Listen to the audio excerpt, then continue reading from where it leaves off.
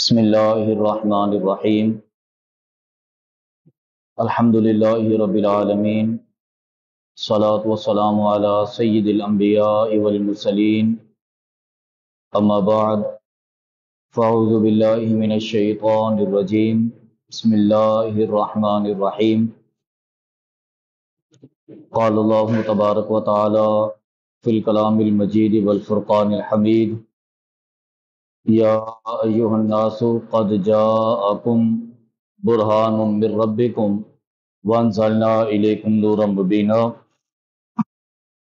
صدق اللہ العظیم وصدق رسولہ النبی الکریم ان اللہ وملائکتہ یصلون علی النبی یا ایہا الذین آمنوا صلوا علیہ وسلموا تسلیما اللہم صل علی سیدنا ومولانا محمد وعلی آل سیدنا ومولانا محمد مبارک وسلم۔ بے پایہ حمد و ثنا خالق لم یزل اللہ رب العالمین جل جلالہ کے بعد ازاں کروڑوں درود و سلام محسن انسانیت سرور انبیاء تاجدار مدینہ حضور سیدنا آقا علیہ الصلوۃ والسلام کی ذات اقدس پر اس کو یہاں پہ لگا دیں گا تو کہ جن کے وسیلہ جلیلہ سے اللہ رب العالمین نے یہ دین متین عطا فرمایا۔ حضرات گرامی، الحمدللہ ربیع الاول کی بابرکت ساعتیں جاری ہیں اور عالم اسلام نے نبی کریم صلی اللہ علیہ وسلم کا 1500 سالہ جشن ولادت منایا ہے۔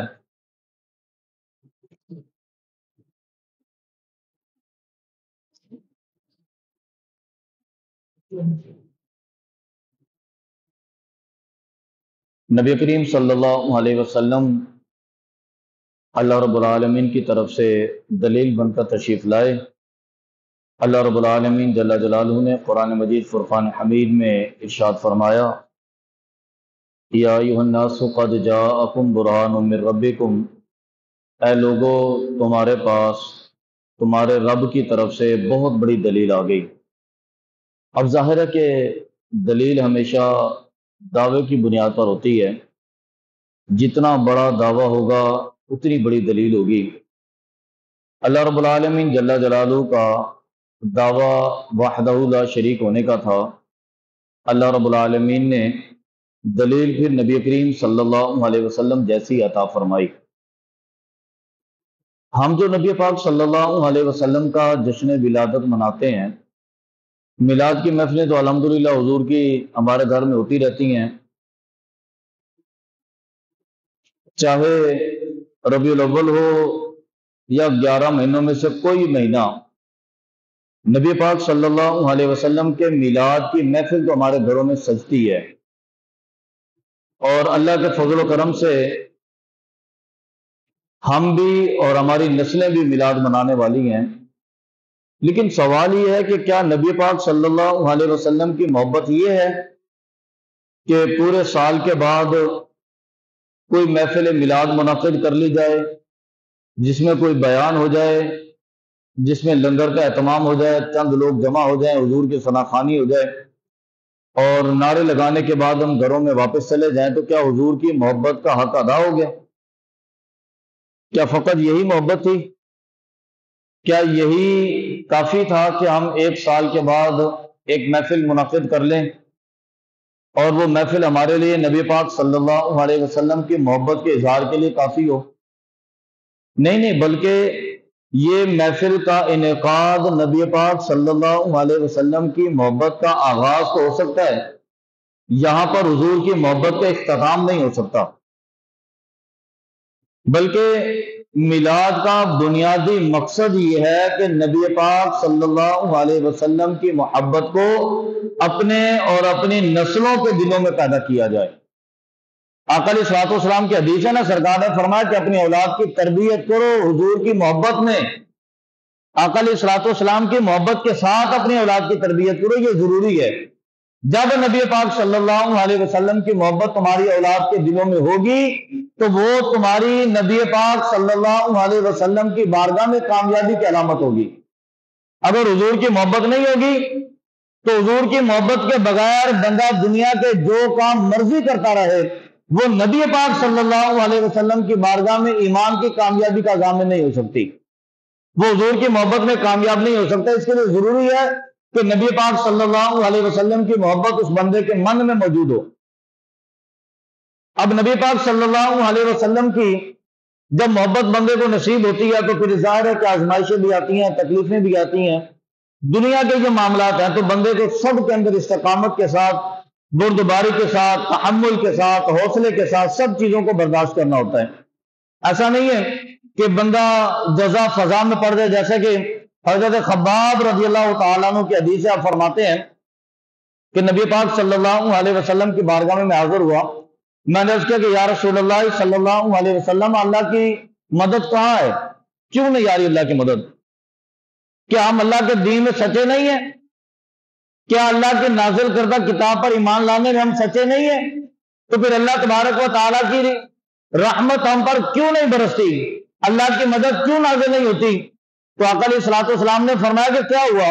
عرض کی جو ہمیں کفار گھروں سے نکال دیتے ہیں، ہماری جائیدادوں پر، وراثت پر قبضہ کر لیتے ہیں، لیکن اللہ رب العالمین کی مدد نہیں آتی۔ تو آقا علیہ السلام نے فرمایا کہ ابھی تو تمہیں کچھ بھی نہیں ہوا، تم سے پہلے کے زمانے کے لوگ وہ تھے کہ جب وہ اللہ تبارک و تعالیٰ کے دین پر کھڑے ہوتے تو انہیں زمین میں گڑھا کھود کر دبا دیا جاتا، گردنوں پر آرے چلا دیے جاتے تھے۔ فرمایا کہ انہیں زندہ جلا دیا جاتا اور انہیں آگ کے اوپر لٹا دیا جاتا، ان کے جسموں کی چربی پگھل کر آگ کو ٹھنڈا کر دیتی تھی۔ فرمایا کہ ان پر تو یہ وقت آتے تھے، ابھی تمہارے اوپر تو کوئی وقت ہی نہیں آیا، ابھی تم پر کوئی آزمائش نہیں آئی، کوئی تکلیف نہیں آئی۔ حضرت ابو ہریرہ رضی اللہ تعالیٰ عنہ نبی پاک صلی اللہ علیہ وسلم کی بارگاہ میں حاضر ہوتے ہیں، عرض کرتے ہیں کہ یا رسول اللہ صلی اللہ علیہ وسلم، آپ ہمیں یہ ارشاد فرمائیے کہ اللہ تبارک و تعالیٰ سب سے زیادہ محبت جس سے فرماتا ہے، پھر آزمائشیں کس پر آتی ہیں؟ تو آقا علیہ السلام نے فرمایا کہ اللہ تبارک و تعالیٰ سب سے زیادہ آزمائشیں اپنے انبیاء پر نازل فرماتا ہے۔ اب دیکھیں نبی کریم صلی اللہ علیہ وسلم امام الانبیاء، تاجدار کائنات ہے، تمام انبیاء کے سردار بھی ہیں، لیکن اس کے باوجود نبی پاک صلی اللہ علیہ وسلم پر اللہ تعالیٰ نے کتنی آزمائشیں نازل فرمائیں، کتنی آزمائشیں آئیں، کتنی تکلیفیں آئیں، اس کے باوجود نبی پاک صلی اللہ علیہ وسلم استقامت کے ساتھ موجود رہے۔ اور صحابہ کرام نے اس کی کہ حضور اس کے بعد زیادہ آزمائشیں کس پر آتی ہیں؟ تو آپ نے فرمایا کہ جو اللہ کے نبی کے جتنا قریب ہوتا جاتا ہے اس پر آزمائشیں اتنی زیادہ ہوتی جاتی ہیں۔ تو گویا کہ اب اگر آج کے دور میں لوگ کہتے ہیں نا کہ دیکھیں جی ہم نمازیں بھی ہم پڑھتے ہیں، زکوٰۃ بھی ہم دیتے ہیں، قرآن بھی ہم پڑھتے ہیں، رمضان کے روزے بھی ہم کرتے ہیں، حج بیت اللہ فرض ہوتا ہے، حج کرنے بھی ہم جاتے ہیں، اللہ توفیق دیتا ہے عمرہ کرنے بھی ہم جاتے ہیں، اس کے باوجود آزمائشیں ہم پر اتنی آ رہی ہے، ختم ہی نہیں ہو رہی۔ تو یاد رکھنا آزمائشیں اس بندے پر آتی ہیں جو اللہ کے نبی کا محبوب ہو جاتا ہے۔ اللہ کے نبی کا، جیسے ہی وہ اللہ کے نبی کا محبوب ہوتا ہے، اللہ تبارک و تعالیٰ اسے آزماتا ہے تاکہ وہ بندہ آزمائش پر صبر کرے اور اللہ اسے قرب کا مقام عطا فرمائے۔ اب جس پر آزمائشیں آتی ہیں یا تو وہ اللہ کی بارگاہ میں تحمل کا مظاہرہ کرتا ہے، اللہ تبارک و تعالیٰ کی بارگاہ میں صبر کرتا ہے، تو اللہ تبارک و تعالیٰ اس بندے کو نبی پاک صلی اللہ علیہ وسلم کا پھر قرب عطا فرما دیتا اجر صبر کی وجہ سے۔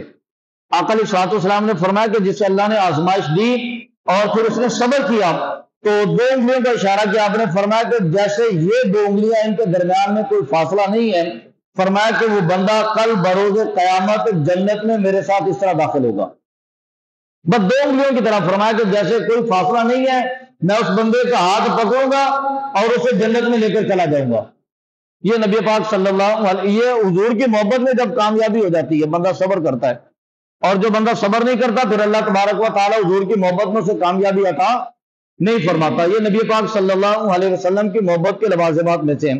آقا علیہ الصلوۃ والسلام کے حقوق میں سے سب سے پہلا حق یہ ہے کہ اپنی اولاد کے دلوں میں نبی پاک صلی اللہ علیہ وسلم کی محبت کو پیدا کیا جائے، یہ سبق کی طرح پڑھایا جائے اولاد کو حضور کی محبت کا۔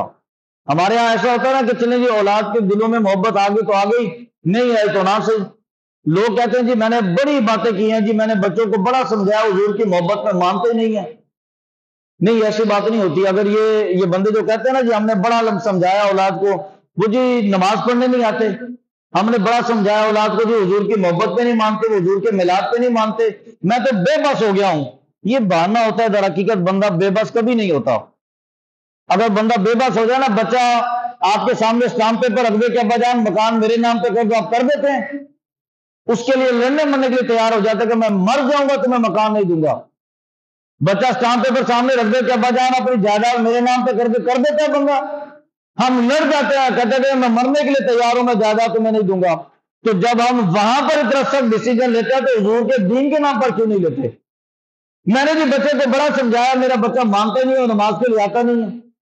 میں تو بے بس ہو گیا. ہم بے بس نہیں ہوتے، ہم کمپرومائز کر لیتے ہیں. ہم اس پر آقا علیہ الصلوۃ والسلام کے حقوق میں سب سے پہلا حق یہ ہے کہ حضور کی محبت اولاد کے دلوں میں پیدا کی جائے. اس کے اندر کوئی کمپرومائز کرنے کی حاجت ہے؟ اولاد کو سبق کی طرح حضور کی محبت پڑھائیں. اولاد کو زندگی کے ایک ایک لمحے میں نبی پاک صلی اللہ علیہ وسلم کی محبت کا درس دیں، تاکہ وہ آقا علیہ الصلوۃ والسلام کی محبت میں ڈوب جائیں، ان کی زندگی حضور کی محبت میں مستغرق ہو جائے. یہ سب سے پہلا حق ہے اللہ تبارک و تعالیٰ کے نبی کا. اور صحابہ کرام کے نبی پاک صلی اللہ علیہ وسلم کے ساتھ محبت کی کیفیت دیکھیں. محبت و عقیدہ پیدا کرتی ہے نا. حضرت جابر رضی اللہ تعالیٰ عنہ نبی کریم صلی اللہ علیہ وسلم کی بارگاہ سے ایک روایت کو بیان کرتے ہیں. فرماتے ہیں کہ میں مسجد میں حاضر ہوا تو نبی پاک صلی اللہ علیہ وسلم کی بارگاہ میں ایک شخص حاضر ہوا کہ حضور میں بڑی دور سے آیا ہوں، اور بڑی دور سے آنے کی وجہ سے اسباب بھی ختم ہو گئے، پیسے بھی ختم ہو گئے، یہاں پر جاننے والا بھی کوئی نہیں ہے، مجھے بھوک بھی بڑی لگی، اگر آپ کھانا کھلا دیں مجھے تو. نبی پاک صلی اللہ علیہ وسلم نے ازواج مطہرات سے معلوم کیا. تو اب دیکھیے کہ قسمت کی بات ہے کہ حضور کی کسی زوجہ کے گھر میں کھانے کی کوئی چیز دستیاب نہیں تھی. کسی زوجہ کے گھر میں، سب گھروں سے قاصد بھیجے اور ہر جگہ سے نبی پاک صلی اللہ علیہ وسلم نے معلوم کیا. لیکن اس کے باوجود آپ دیکھیں نبی پاک صلی اللہ علیہ وسلم کی تربیت کی عالم یہ دیکھیں کہ آپ نے تاریخ کے کسی واقعے میں نہیں پڑھا ہوگا، کسی حدیث میں نہیں پڑھا ہوگا کہ آقا علیہ الصلوۃ والسلام کی ازواج مطہرات میں سے کسی نے کبھی شکوہ کیا ہو کہ حضور کے نکاح میں آنے کے بعد ہم بھوکے مر گئے. حضور کی تربیت کا یہ عالم تھا. ایک مرتبہ ایک یہودی نے نبی پاک صلی اللہ علیہ وسلم کو دعوت دی کہ حضور آپ کھانے کے لیے میرے گھر میں تشریف لائیں. تو آپ نے فرمایا کہ تمہاری دعوت مجھے منظور ہے، لیکن شرط یہ ہے کہ میری بیٹی فاطمہ بھی آئے گی. اس نے عرض کیا کہ نہیں حضور، میں تو صرف آپ کو دعوت کرنا چاہتا ہوں، میں فاطمہ تو زہرا کی دعوت نہیں کروں گا. تو آپ نے فرمایا کہ پھر میں بھی نہیں آ سکتا. آپ نے اس کی دعوت کا انکار فرمایا. دوسرے دن وہ پھر حضور کی بارگاہ میں حاضر ہوتا ہے، اس کہتا ہے کہ حضور میری دعوت قبول فرمایا. آپ نے فاطمہ ساتھ آئیں گی. عرض کی حضور میں ان کو تو نہیں بلا سکتا. آپ نے فرمایا کہ پھر میں بھی حاضر نہیں ہوتا. تیسرے دن پھر حضور کی بارگاہ میں آئے کہ حضور دعوت قبول فرمائیں. آپ نے فرمایا کہ فاطمہ میرے ساتھ ہوگی. عرض کیا کہ حضور فاطمہ کو میں نہیں بلا سکتا. آپ نے فرمایا پھر میں بھی تمہارے گھر میں نہیں حاضر ہوں گا. عرض کی حضور مجھے یہ ارشاد فرمایا کہ 3 دن ہو گئے مسلسل آپ سے عرض کرتے ہوئے، آپ بی بی فاطمہ تو زہرا کے بغیر میرے گھر میں آنے کے لیے تیار نہیں ہے، اس کی کیا وجہ ہے؟ تو آقا علیہ السلام نے فرمایا کہ 3 دن ہو گئے میرے گھر میں کھانے کو کچھ موجود نہیں ہے، اور میری محبت گوارا نہیں کرتی کہ میں تمہارے گھر میں بیٹھ کے کھاؤں اور میری بیٹی گھر میں بھوکی ہو. 3 دن ہو گئے فرمایا میرے گھر میں کھانا نہیں ہے. لیکن آپ سیاستہ اٹھا کے دیکھ لیں، تاریخ کی ساری کتابیں اٹھا کر دیکھ لیں، کبھی فاطمہ تو زہرا کے کردار سے بات نکلی ہو، کبھی آقا علیہ السلام کے ازواج مطہرات کے ذہن سے یہ بات ثابت ہوئی ہو کسی نے کہا کہ حضور کے گھر میں آنے کے بعد ہم فاقے مر گئے. یہ آقا علیہ الصلوۃ والسلام کی تربیت تھی اپنی اولاد کی اور اپنے ازواج کی کہ کسی نے حضور کی بارگاہ میں اس بات کا کبھی شکوہ نہیں کیا. آقا علیہ الصلوۃ والسلام نے قاصد بھیجے، تمام گھروں سے کھانے کا معلوم کیا، لیکن کسی بھی گھر سے کھانے کی کوئی چیز دستیاب نہیں تھی. تو نبی پاک صلی اللہ علیہ وسلم نے اعلان فرمایا کہ میرے اس مہمان کی جو کفالت کرے گا میں اسے ضمانت دیتا ہوں کہ میں جنت میں اس کی مہمانداری کروں گا.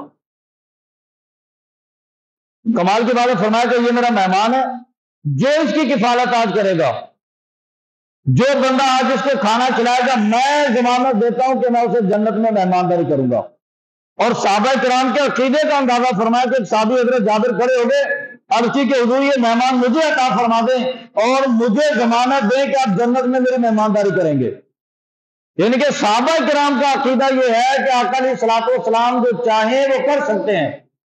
کسی صحابی نے یہ نہیں کہا کہ یا رسول اللہ صلی اللہ علیہ وسلم اس بات کی کیا ضمانت ہے کہ آپ جنت میں جائیں گے؟ اس بات کی کیا ضمانت کہ ہم جنت میں جائیں گے؟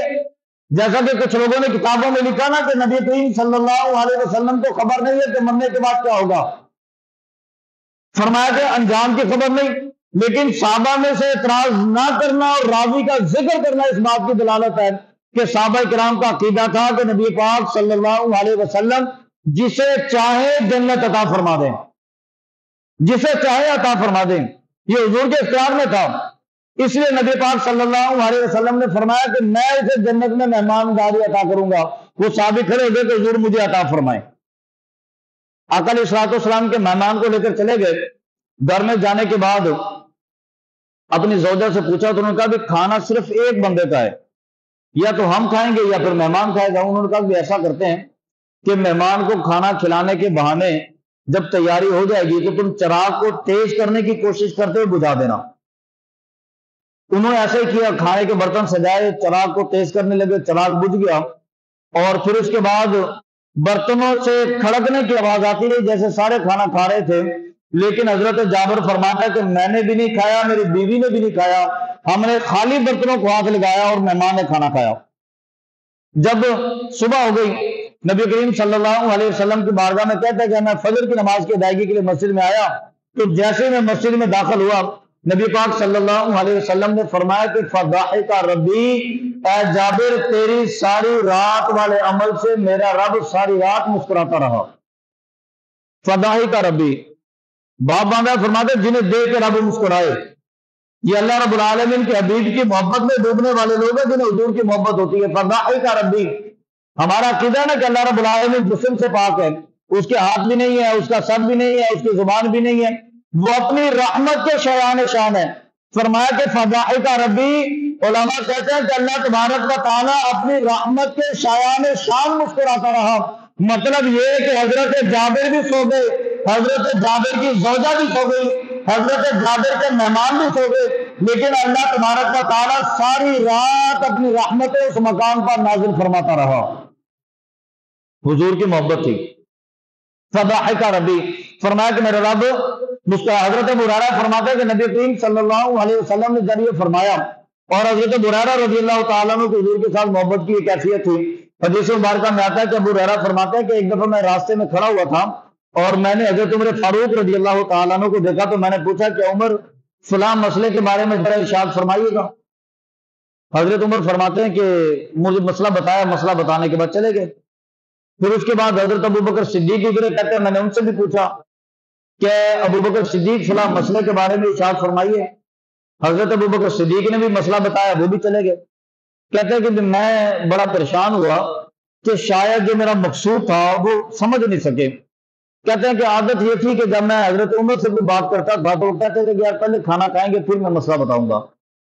جب میں ابو بکر صدیق سے بات کرتا تھا وہ کہتے تھے پہلے کھانا کھائیں گے پھر میں آپ کو بات بتاؤں گا. کہتے لیکن تعجب کی بات ہے کہ دونوں نے مجھے مسئلہ بتا دیا، بات نہیں پوچھی. اس کے بعد چلتا چلتا میں نبی کریم صلی اللہ علیہ وسلم کی بارگاہ میں حاضر ہوا. کہتے ہیں میں مسجد کے دروازے پر پہنچا تھا کہ میں غشی کاری ہوئی، میں وہاں پر گر کے بے ہوش ہو گیا. مجھے اٹھا کے حضور کی بارگاہ میں پیش کیا گیا اور جب میں نبی پاک صلی اللہ علیہ وسلم کی بارگاہ میں گیا تو جب مجھے افاقہ ہوا آقا علیہ السلام نے پوچھا کہ ابو ہریرہ کیا ہوا تھا. عرض کی یا رسول اللہ صلی اللہ علیہ وسلم 5 دن ہو گئے ابو ہریرہ نے ابھی تک کھانا نہیں کھایا. قسم پرسی کی یہ کیفیت ہے. حالانکہ آپ حدیث مبارکہ کھولے نا، اگر آپ ایک حدیث کا صفحہ کھولتے ہیں تو جہاں تک ابو ہریرہ کی حدیث وہاں پر نہیں آتی تو سمجھے کہ حدیث کا باب مکمل نہیں ہوتا.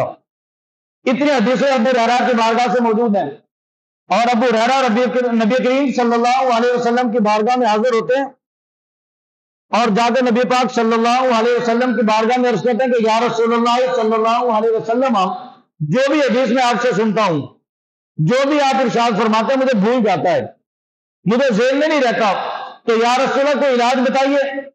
آقا علیہ السلام نے یہ نہیں فرمایا کہ ابو ہریرہ کسی ڈاکٹر کے پاس چلے جاؤ، کسی حکیم کے پاس چلے جاؤ، کسی طبیب کے پاس علاج ہو جائے گا. بھی بھولنے کی بیماری ہے کوئی دوائی کھا لو. کہتے ہیں نہیں میں نے حضور کی بارگاہ میں رکھے، یا رسول اللہ صلی اللہ علیہ وسلم مجھے بھول جاتا ہے۔ آپ نے فرمایا کہ ابو ہریرہ چادر لے کے آؤ۔ فرمایا کہ میرے پاس ایک چادر تھی، میں نے حضور کی بارگاہ میں بچھا دی۔ آقا علیہ الصلوۃ والسلام نے ہاتھ اٹھائے، ہوا میں سے کچھ پکڑا چادر پہ رکھا، پھر ہوا میں سے کچھ پکڑا چادر پہ رکھا، پھر ہوا میں سے کچھ پکڑا چادر پہ رکھا۔ آقا علیہ السلام نے فرمایا کہ ابو ہریرہ سینے سے لگا لو۔ کہتا ہے میں نے چادر کو اکٹھا کیا اور سینے سے لگا لیا۔ خدا کی قسم جو حدیثیں بھول چکا تھا وہ بھی یاد آ گئی، اور آج کے بعد حضور کی کوئی حدیث مجھے بھولی نہیں۔ اب یہ کیفیت ہو گئی تھی، حضور نے فرما دیا نا، مجھے عطا کر دیا، تو کہتے ہیں کہ اس کے بعد مجھے کوئی حدیث نہیں بھولی۔ آقا علیہ الصلوۃ والسلام جو بھی ارشاد فرماتے تھے وہ میرے سینے میں جمع ہو جاتا تھا۔ کہتے ہیں میں حضور کی بارگاہ میں حاضر ہوا، ابو ہریرہ کیا ہوا تھا؟ حضور 5 دنوں کے کھانے کو کچھ نہیں ملا۔ اور یہ وہ ابو ہریرہ ہیں کہ جن کے بارے میں مورخین نے لکھا کہ صرف ایک چادر ان کے پاس ہوتی تھی، صرف ایک چادر، غربت کا یہ عالم تھا۔ ایک چادر کے اندر فرماتا ہے کہ وہ چادر دن میں میرا لباس ہوتی تھی، رات کو میرا لحاف ہوتی تھی۔ وہی چادر بستر اور وہی چادر ان کا لباس۔ فرمایا کہ دن کو بطور لباس استعمال کرتا تھا، رات کو بطور لحاف استعمال کرتا تھا۔ غربت کا یہ عالم تھا، 5 دن ہو گئے کھانا کھانے کو نہیں ملا، لیکن نبی پاک صلی اللہ علیہ وسلم کی بارگاہ میں صبح شام بیٹھے رہتے تھے۔ نبی پاک صلی اللہ علیہ وسلم کی بارگاہ سے حدیثیں سیکھتے تھے، حضور کا دروازہ چھوڑ کے نہیں جاتے تھے، اس لیے کہ ابو ہریرہ سمجھتے تھے کہ آقا علیہ الصلوۃ والسلام کی بارگاہ میں جسے محبت میسر آتی ہے تو اللہ تعالیٰ کی آزمائشیں اس پر آتی ہیں، جسے حضور کی محبت کا دعویٰ ہوگا۔ اس لیے آقا علیہ الصلوۃ والسلام کی بارگاہ میں سوال کیا کہ یا رسول اللہ صلی اللہ علیہ وسلم، اللہ تبارک و تعالیٰ آزماتا کسے ہے؟ سب سے زیادہ آزمائشیں کس پر آتی ہیں؟ تو نبی پاک صلی اللہ علیہ وسلم نے فرمایا کہ سب سے زیادہ آزمائشیں اللہ تبارک و تعالیٰ کے انبیاء پر آتی ہیں۔ آج کی حضور اس کے بعد آقا علیہ السلام نے فرمایا کہ جو اللہ کے انبیاء سے محبت کرتے ہیں سب سے زیادہ آزمائشیں ان پر آتی ہیں۔ اس لیے صحابہ کرام کا دور گزرا اور آزمائشوں میں گزرا۔ حضرت خباب رضی اللہ تعالیٰ عنہ جن کا میں ذکر کر رہا تھا، تو حضرت خباب حضور کی بارگاہ میں حاضر ہوتے ہیں، عرض کرتے ہیں یا رسول اللہ کی مدد کب آئے گی؟ ہم تو لٹ گئے، یہ کافر ہمیں مارتے ہیں، ہمیں حرم کعبہ میں گھسیٹتے ہیں، یہ ہمارے اوپر تشدد کرتے ہیں، ہمارے بچے چھین لیتے، ہماری جائیداد چھین لیتے، ہمیں مکانوں سے نکال دیے انہوں نے، یا رسول اللہ کی مدد کب آئے گی؟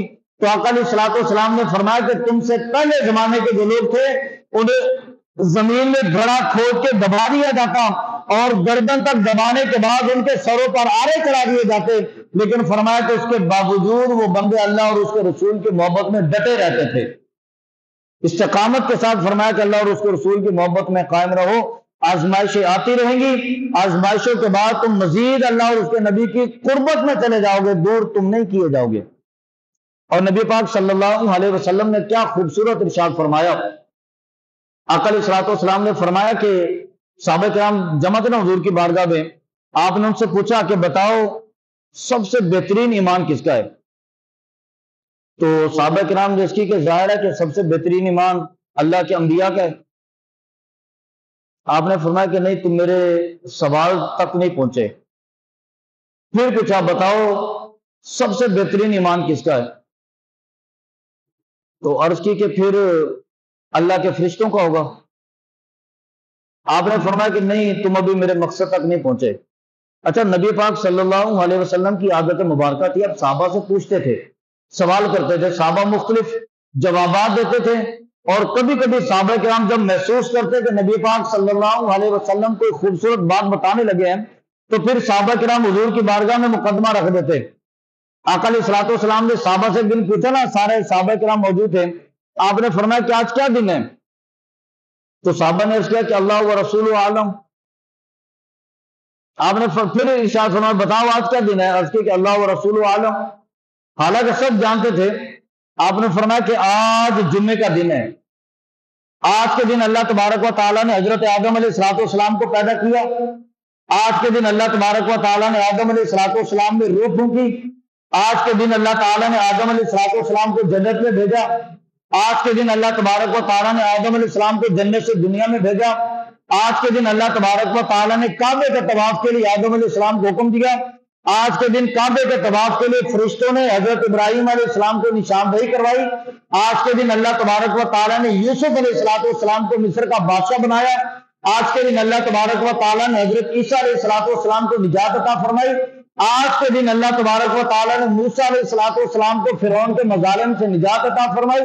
آج کے دن اللہ تبارک و تعالیٰ قیامت قائم فرمائے گا اور آج کے دن اللہ تبارک و تعالیٰ مومنین کو جنت عطا فرمائے گا.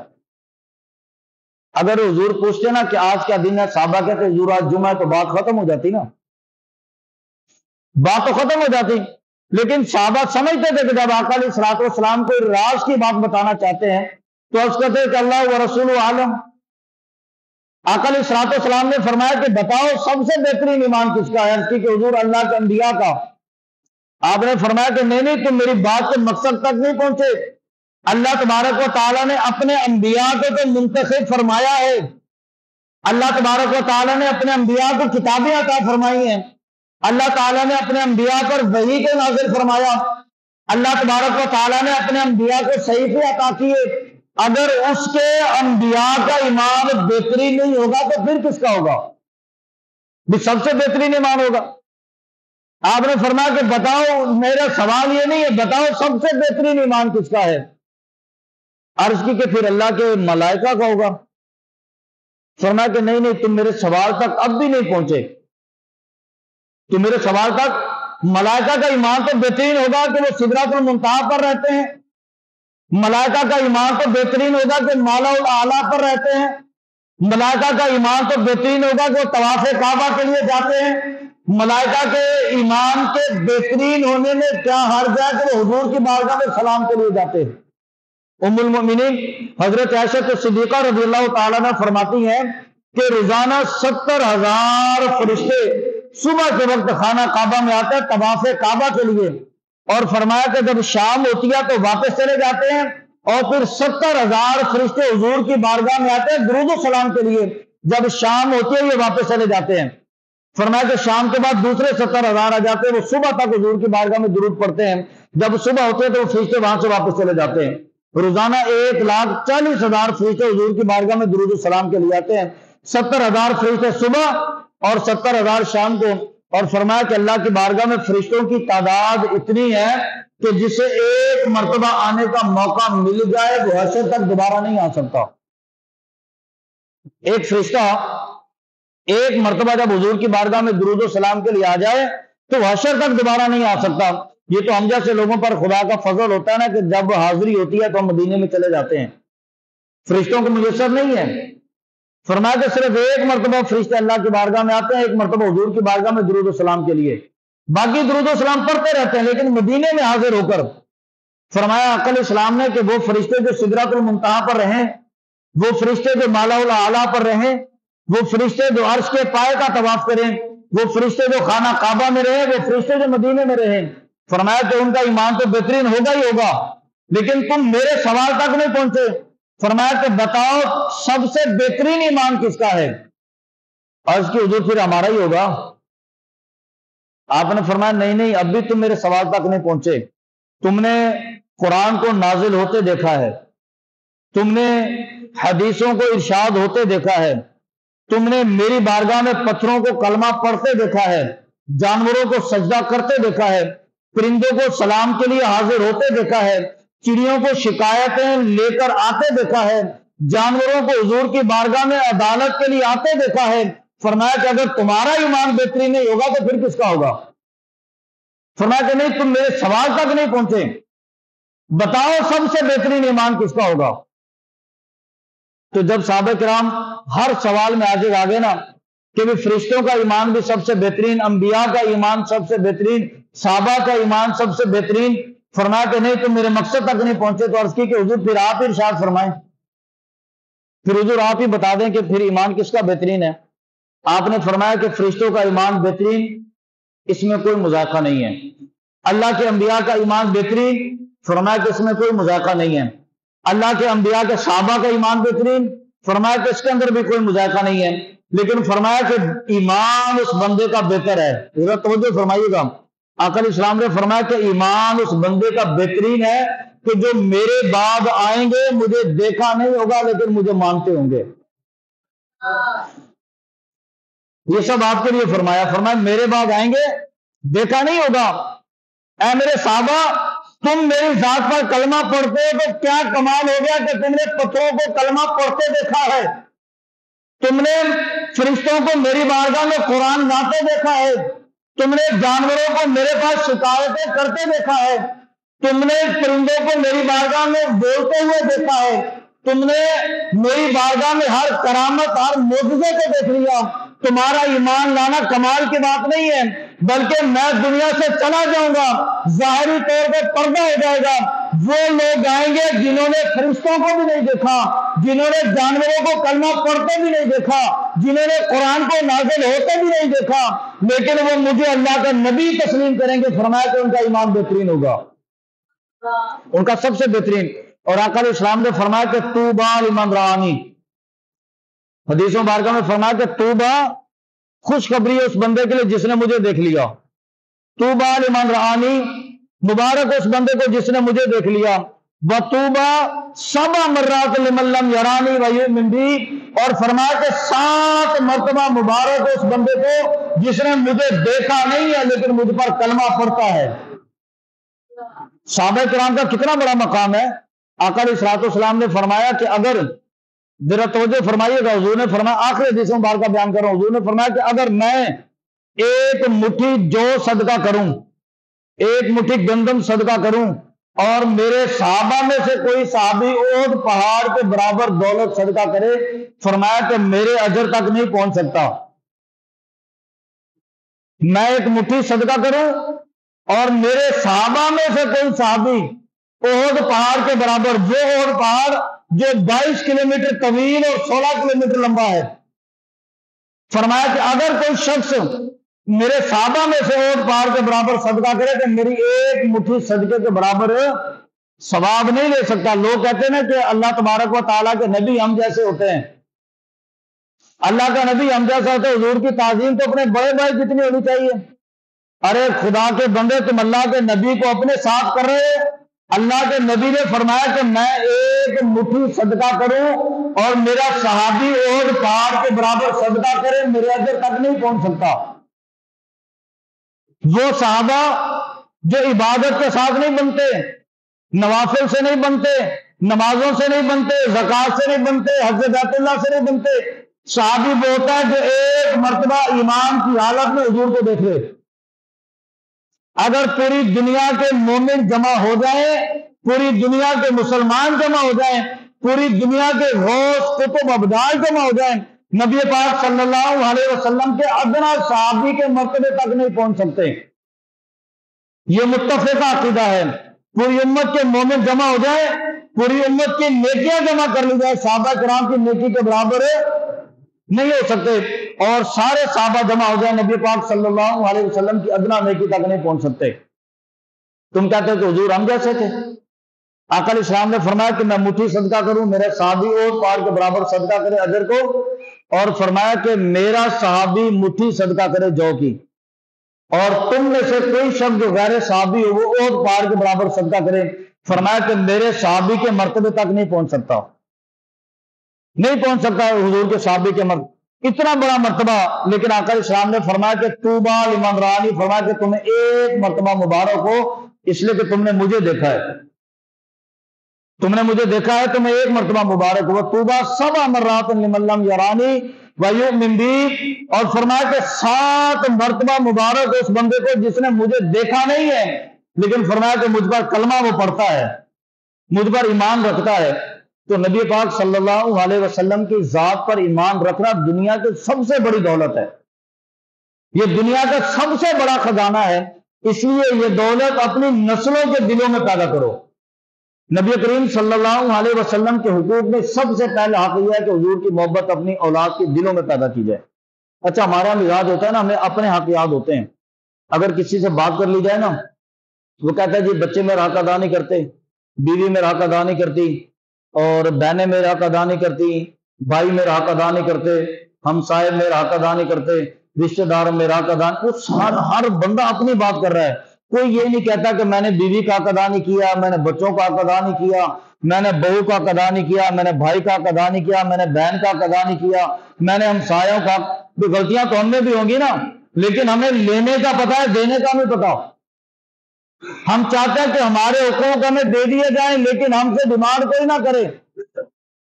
تو اس لیے یہ بات سننے میں بڑی عجیب لگتی ہے کہ نبوت کے حقوق میں سے پہلا حق، یعنی کہ حضور سے لینے کی بات تو ساری زندگی ہوتی ہوئی دینے کی بات آئے گی۔ آقا علیہ الصلوۃ والسلام سے لیتے تو ساری زندگی رہے۔ وہ ایک مرتبہ سوال کیا نا کسی نے، وہ کہتے جی آقا علیہ الصلوۃ والسلام رحمت للعالمین ہے، تو کیا حضور اب بھی رحمت للعالمین ہے؟ کیا حضور اب بھی رحمت للعالمین ہے؟ تو میں نے ان سے عرض کیا، میں نے کہا کہ پرانے زمانے میں لوگ چوری کرتے تھے نا، اس کے ماتھے پہ لکھ دیا جاتا تھا کہ یہ چور ہے۔ لوگ زنا کرتے تھے نا، ان کے دروازے پہ لکھا ہوتا تھا جب واپس آتا تھا کہ یہ زانی ہے۔ لوگ کرپشن کرتے تھے، ان کے گھروں کی دہلیز پہ لکھا ہوتا تھا کہ یہ آدمی کرپٹ ہے۔ اگر حضور کے آنے کے بعد ہمارے ماتھے پہ چور نہیں لکھا ہوا، ہمارے دروازوں پہ زانی نہیں لکھا ہوا، ہمارے گھروں کی دہلیز پہ کرپٹ نہیں لکھا ہوا، تو یہ حضور کی رحمت ہے، یہ تمہارے لیے یہ حضور کی رحمت ہے۔ تو میں نہیں پتا آقا علیہ الصلوۃ والسلام پچھلے زمانے کے اندر لوگ ایک مرتبہ چوری کرتے تھے، دروازے پہ لکھ دیا جاتا تھا بندہ چور ہے، پورے معاشرے میں بدنام ہو جاتا تھا۔ پتہ نہیں ہم نے کتنے گناہ کیے، اللہ تبارک و تعالیٰ نے حضور کی رحمت کے صدقے ہم پہ پردہ ڈال کے رکھا۔ اللہ تبارک و تعالیٰ نے ہمیں معاشرے میں رسوا نہیں ہونے دیا، اللہ تعالیٰ نے ہمیں معاشرے میں ذلیل نہیں ہونے دیا۔ حضور کی رحمت سے اور کیا چاہیے تمہیں؟ نبی پاک صلی اللہ علیہ وسلم کی یہی رحمت ہے تمہارے لیے۔ آقا علیہ الصلوۃ والسلام رحمت للعالمین آج بھی تمہارے اندر موجود ہے۔